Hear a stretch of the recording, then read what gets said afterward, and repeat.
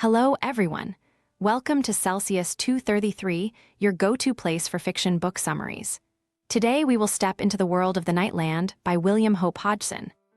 The Night Land is a 1912 novel by William Hope Hodgson, blending elements of horror, science fiction, and fantasy.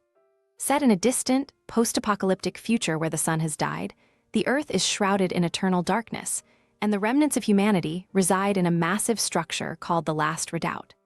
The novel follows an unnamed narrator as he embarks on a perilous journey through a world filled with grotesque and dangerous creatures to rescue a reincarnation of his lost love. Hodgson's vision of this strange future is characterized by a profound sense of cosmic dread and mystery, making The Night Land a unique and challenging work. Plot summary.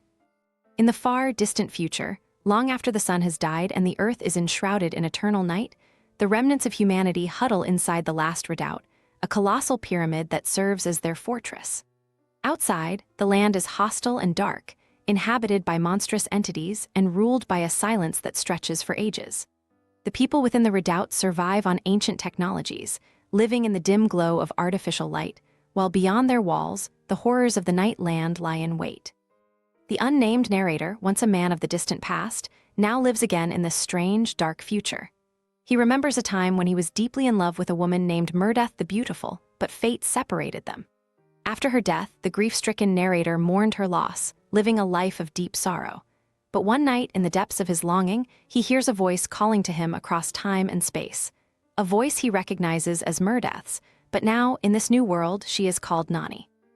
Nani, the reincarnation of Meredith, lives in a distant redoubt, far from the Last Redoubt, where the narrator resides.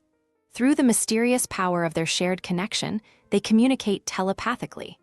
Nani is in danger. Her redoubt is on the verge of falling to the malevolent forces that roam the Night Land. She calls to the narrator for help, and though the journey to her is fraught with unimaginable peril, the narrator cannot ignore the voice of his beloved. His heart is filled with the hope that he can reunite with her, even in this treacherous world. Leaving the safety of the Last Redoubt, the narrator embarks on his solitary quest. The Night Land stretches before him, vast and unknowable, filled with monstrous watchers, immense, silent beings whose gaze alone can destroy a man. These and other creatures, whose forms are only vaguely understood, roam the land, hunting anything that dares to venture into their domain. The narrator must remain hidden, using ancient technology and his wits to evade their attention. As he journeys, he traverses landscapes that are both alien and terrifying. There are valleys of red fire, where volcanic light flickers in the darkness, and silent, desolate plains where nothing stirs except the endless wind. He crosses paths with strange figures known as the Silent Ones, beings who walk the roads of the Night Land without ever acknowledging the presence of others. These entities, though they appear indifferent, are dangerous, and the narrator must keep his distance. Throughout the journey, the bond between the narrator and Nani strengthens. Her voice becomes his guiding light, pulling him onward, even as the exhaustion of his long trek wears on him. Every step forward brings him closer to her, but also deeper into the dangers of the Night Land. He hears her voice in his mind, often faint and filled with fear, as she describes the growing threat to her redoubt. Eventually, the narrator reaches a great chasm, a perilous divide that separates him from Nani. To cross it, he must descend into the depths of the land, where ancient horrors dwell. The darkness here is so thick that even the artificial lights he carries can barely penetrate it. As he descends, he encounters strange, grotesque creatures, mutations born of the land's unnatural energies, and must fight for his life. After many days of struggle, the narrator ascends from the chasm and reaches the plain of blue fire, a region near Nani's redoubt. But as he approaches, he realizes the full scale of the danger.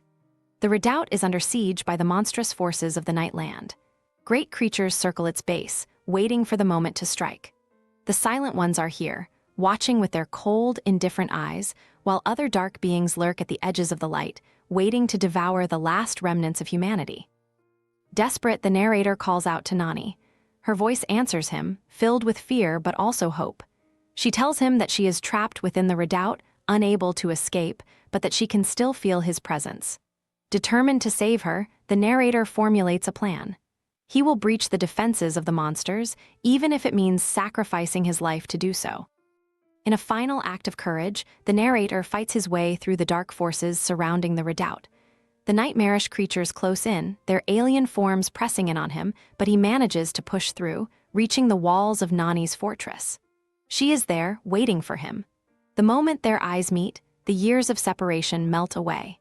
He embraces her, holding her close, as if to anchor both their souls in the midst of the surrounding chaos. With Nani by his side, they flee from the redoubt, escaping the looming destruction. Together, they journey back across the Nightland, back to the Last Redoubt, where they can be safe. The journey is long and fraught with the same dangers the narrator faced on his way, but now he has something more precious to protect: the woman he has loved across ages. Though the Nightland remains as perilous and dark as ever, the narrator finds a renewed sense of purpose and hope. With Nani by his side, the darkness does not seem so unbearable. Together, they return to the Last Redoubt, ready to face whatever the future holds. That's it for now. If you enjoyed this, check out other books by William Hope Hodgson. You'll find them in the description or just search for them on Celsius 233. Remember, while our summaries capture the essence, they can never replace the full experience of reading the book. If this summary intrigued you, consider diving into the complete story, buy the book, and immerse yourself in William Hope Hodgson's original work. Bye-bye, take care, have fun.